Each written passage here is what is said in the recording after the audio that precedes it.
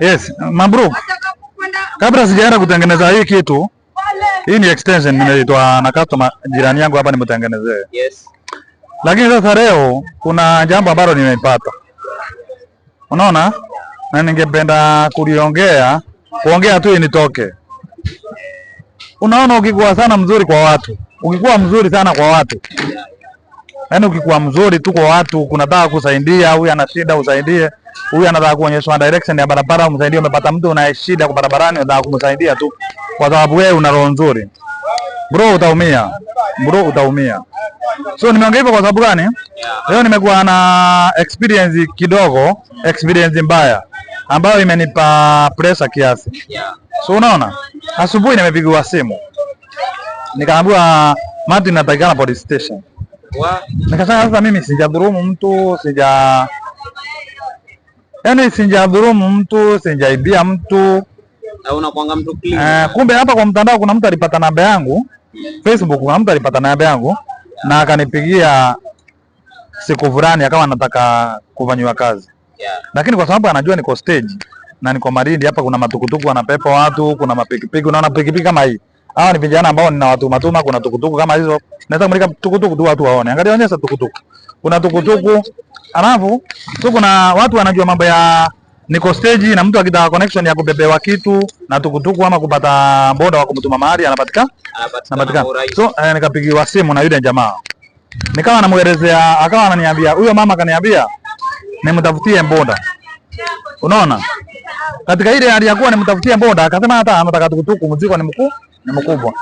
So tukati short the long story, nikampa jamaa wa tukutuku simu, akaongea naye akaelewana mahali anaenda kuchukua mzigo. Kufika kule yule jamaa akaenda kukoniwa. Unaona? Kukoniwa ni kuwa akaambiwa lipa pesa fulani kwa hii namba ndio tukuletee mzigo huyo mama umpelekee kule, utaenda kupewa pesa yako yote kule. Unaona? Na kufupisha hiyo story, huyo jamaa akakoniwa na wale watu wakazima simu. So nilikuwa nataka kuongea hivi. Unaona? Ukikuwa mzuri sana kwa watu, unakuwa yani unaweza kulaumika. Unaona, yule mtu alidhulumika pesa yake, anasema alituma almost 3000. Na yule mtu akamzimia simu. Na mpaka leo hiyo pesa inamuuma. So akawa ameenda polisi, anaona kama mimi nashirikiana na wale watu.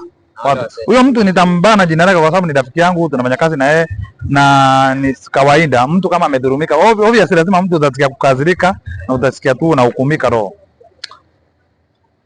Hiyo story imeisha hivi. Tukaongea na yule jamaa tukaelewana, akanielewa na pale nilikuwa nimempa ile namba, nilikuwa ni mtu nimwambia mtu amenipigia simu simjui, angalia kama ni kazi utasaidika. Kwa hivyo yule mtu siwezi kumlaumu, na pia nilikuwa nataka kuambia wateja wangu, ukikuwa mzuri sana kwa watu, punguza ile kazi unayofanya, focus nayo.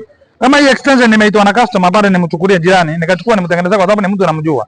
Lakini ukianza kufanya vitu kila mtu anataka kusaidia mtu town, utapata na kesi yenye utaweza kujitoa. Kama hii yangu ilikuwa iko right, kwa sababu ninaonekana kabisa yule mtu sijawahi kuinteract na yeye, sina namba yake, phone namba yake kwa simu yangu, alipata namba yangu kwa Facebook, lakini amekuwa ni mtu kupitia kwangu. Na mimi nilimpa yule customer jamaa kazi, yule kijana kazi, kwa sababu ni jamaa tunaelewana naye na nilikuwa nataka apate riziki.